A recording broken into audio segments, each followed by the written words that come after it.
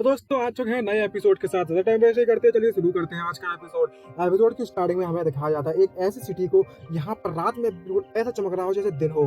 उस सिटी में हमें ACHS बिल्डिंग का सीन दिखाया जाता है। यहाँ पर कोई भाग रहा होता है और पीछे से कोई रोक रहा होता है, तुम वहीं पर रुक जाना, तो मैं तुम्हें शूट कर दूंगा। और जो लोग होते हैं वो किसी का पीछा कर रहे होते हैं और वो शूट कर देते हैं अपने गन से, लेकिन जो बंदा होता है वो बुलेट से बच जाता है और उस बंदे को रोकने की पूरी पूरी कोशिश करने में लगे हुए हैं। लेकिन वो बंदा कहाँ हार मानने वाला, वो सब भागते भागते सामने देखता है कि सामने एक कांच की वॉल आ चुकी होती है, मतलब एंड ऑफ द बिल्डिंग। और यहाँ पर उसके भागने के लिए कोई रास्ता नहीं बचा हुआ था, तो वो एक डिसीजन लेता है उस बिल्डिंग से कूदने के लिए, और वो उस कांच को तोड़ते हुए उस बिल्डिंग से कूद जाता है। ये देखते हो जो लोग उसका पीछा कर रहे थे, सिक्योरिटी गार्ड वाले लोग, वह ये देखकर सरप्राइज होते हैं और कहने लगते हैं, इस कमीने को देखो, यह अपनी जान बचाने के लिए इतने ऊंची बिल्डिंग से भी कूद गया। तभी दूसरा बंदा उससे कहने लगता है, मैंने इसकी बॉडी, डेड बॉडी तो अब तक नहीं दिख रही है, लेकिन इसलिए बात तो पक्की है, इतनी हाइट से कूदने के बाद भी ये बंदा जिंदा नहीं बच सकता।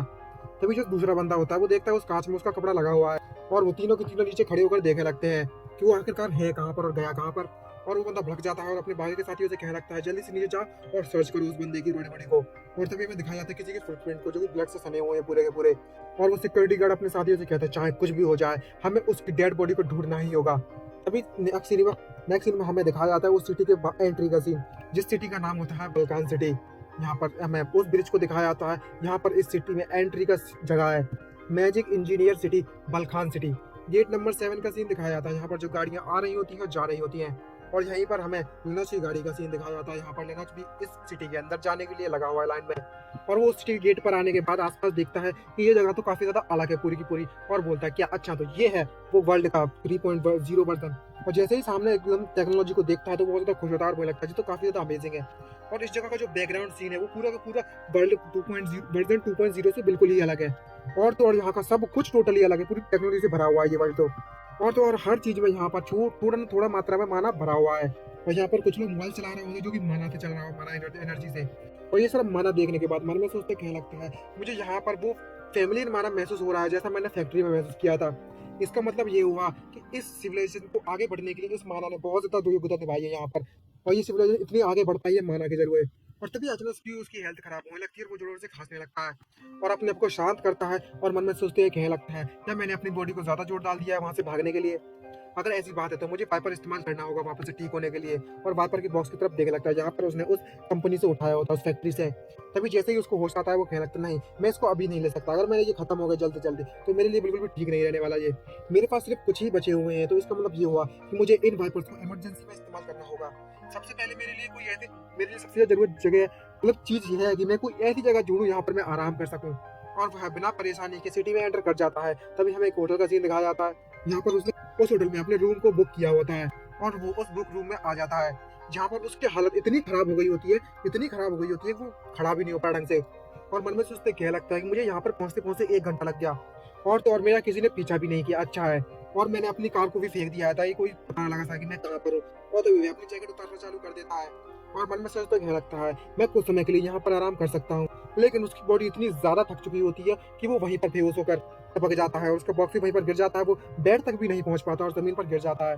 तभी उसे कुछ समय बाद का सीन दिखाया जाता है, जहाँ पर धीरे धीरे करके उसकी बॉडी को थोड़ी सी एनर्जी मिलती है और रेस्ट करने के बाद, और उसकी आंखें खुलती है और उसके गले की प्यास बहुत जोरों से बढ़ जाती है और मुझे लगता है मुझे बहुत जोरों से प्यास लग रही है, कुछ ढूंढने लगता है आसपास और फ्रिज की तरफ बढ़ने लगता है और उसमें से एक वाटर बल्कान निकाल लेता है, मतलब कंपनी का नाम है वाटर बल्कान कंपनी। एक पानी की बोतल निकाल लेता है और उसे पी जाता है, और उस पानी को पीने के बाद उसे ऐसा लगता है जैसे कि उसे जन्नत मिल गई हो।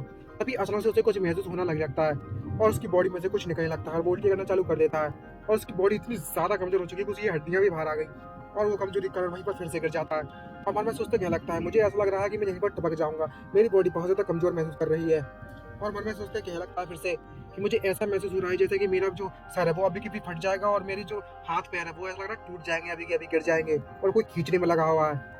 क्या ऐसा हो सकता है जो वाइपर मैंने लिया था उसका साइड इफेक्ट हो और उसके हाथ कांप रहे होते जोर जोरों से?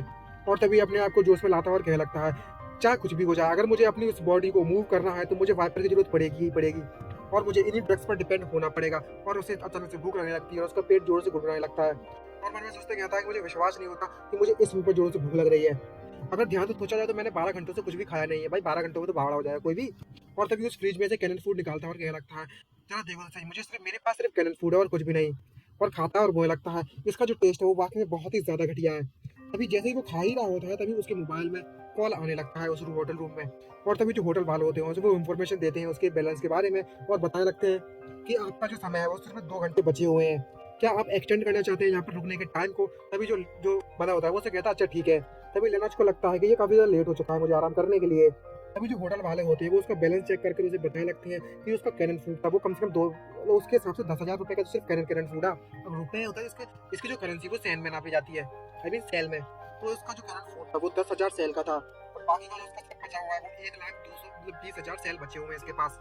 और उससे बोलने लगते हैं प्लीज आज ही इसे पे कर दीजिएगा। इसको देखने के बाद थोड़ा कंफ्यूज थोड़ा शॉक भी होता है और मन में सोचते कहने लगता है कि मुझे विश्वास नहीं होता जो मैंने अभी भी कैनन फूड खाया है वो यहाँ के रुकने के 10% जितना महंगा है। ये वाकई में बहुत ज्यादा दिमाग हिलाने वाला प्राइस है। और तभी वो अपने जेब में चेक करने लगता है कि उसके पास कितने पैसे बचे हुए हैं। वो देखता है कि मैंने 130,000 जो सेल है वो उस होटल को पे कर दी है, उसके बाद मेरे पास सिर्फ 10,000 सेल बचे हुए हैं। अगर ऐसा चलता ही रहा तो मैं अगले दिन इस होटल में नहीं रुक पाऊंगा, मुझे कुछ जुगाड़ करना पड़ेगा पैसों का, मुझे और भी ज्यादा पैसों की जरूरत है। तभी अचानक से उसे कुछ महसूस होता है और अपने बालों को देखता है और बोलने लगता है चलो जाने से पहले अपने आप को थोड़ा क्लीन कर लो ताकि मुझे बाहर कोई पहचान ना पाए।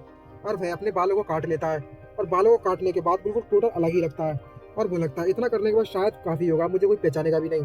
और भाई जैसे ही अपने बाल काटता है तो वो बिल्कुल अलग लगता है। खैर उसकी आंखें मरी मराई तो फिर भी रहेंगी। और तभी हमें बाहर का सीन दिखाया जाता है जहाँ पर वो अकेला बैठकर सोच रहा है कि अब आखिरकार मुझे पैसे किस तरीके से कमाने चाहिए और कहाँ से लाए जाएंगे। और मैं जहाँ तक मुझे लगता है यहाँ पर लीगली पैसा कमाना बहुत ज़्यादा इम्पॉसिबल है मेरे लिए तो और इस दुनिया में मैं एक इलीगल विजिटर हूँ तो यहाँ पर मेरी आइडेंटिटी पाना भी मुझे बहुत ज़्यादा मुश्किल होगी। और तभी उसके दिमाग की घंटी बजती है और मन में सोचते कहने लगता है कि ये मेरे लिए बहुत ज़्यादा बेटर होगा कि मैं उन क्रिमिनल्स को पीटूं धोऊं और उनसे पैसे छुड़ा लूं, तो मेरे लिए वो काफ़ी होगा और मुझे इलीगल ही काम करना पड़ेगा। लेकिन इलीगल काम करूंगा लेकिन लीगल तरीके से। और अगर मैं ऐसा करता हूँ तो फ्यूचर में मुझे कोई प्रॉब्लम नहीं होने वाली, ना ही कोई मेरा पीछा करने वाला। और चलो अच्छा ऐसी बात है तो ढूंढना चालू कर देते हैं। और तभी वो अपना सारा का सारा मन माना अपने कानों में कंसंट्रेट करने लगता है ताकि उसे सब हर तरीके के दूर दूर तक 1 किलोमीटर तक की सारी आवाज़ सुनाई दे। और जैसे ही वो अपना माना इकट्ठा करने लगता है अपनी बॉडी में, मतलब अपने कानों की तरफ, तो उसकी जो एनर्जी है वो एकदम से जाग उठती है, मजे की एनर्जी। और तभी यहाँ पर हमें दिखाया जाता है कई लोग आपस में बात कर रहे होते हैं कि कोई यहाँ पर खो गया था। मैं उनकी डायलॉग तो नहीं बोलने वाला। और जैसे जैसे वो अपनी रेंज को बढ़ाते हुए जाता है लेनॉर्ड, वैसे मुझे उसे हर किसी की बातें सुनाई दे रही होती और वो किसी ऐसे बंदे को ढूंढ रहा है जो क्रिमिनल्स हो और अगर उनके पैसे छुड़ा भी लिए तो उसे घंटा फर्क नहीं पड़ता है। और तभी वो लगता है मुझे इस तरह की कन्वर्सेशन नहीं सुननी लगती है, फिल्टर कर देता है। और तभी अचानक से उसे सुनाई देता है कोई बंदा बात कर रहा है कि तभी जो दूसरा बंदा होता है जिसकी बात सुन रहा होता है वो उससे बोल रहा होता है कि मैंने तुमसे कहा था जो तुमने पैसे चुराए होते जल्दी से मुझे मेरे हवाले कर दो वो पैसे। तो मैं क्या लगता है यहाँ पर कोई मजाक हो रखा है। तभी अचानक से उसकी आंखें खोल लेता है और मुझे लगता है अब सही समय आ चुका है अपना हमला बोलने का और वह उनके पीछे जाना चालू कर देता है।